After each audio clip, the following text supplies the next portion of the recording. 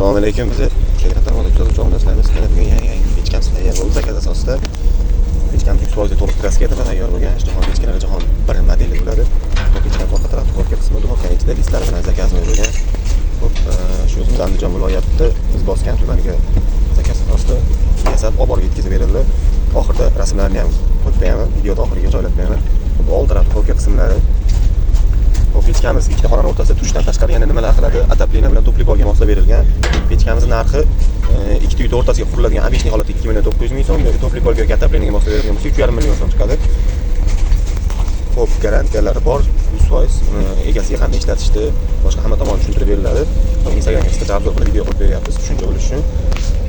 Shunga qilsa bo'ladigan bo'lsa bemalol telefon qilib aloqaga chiqsanglar bo'ladi.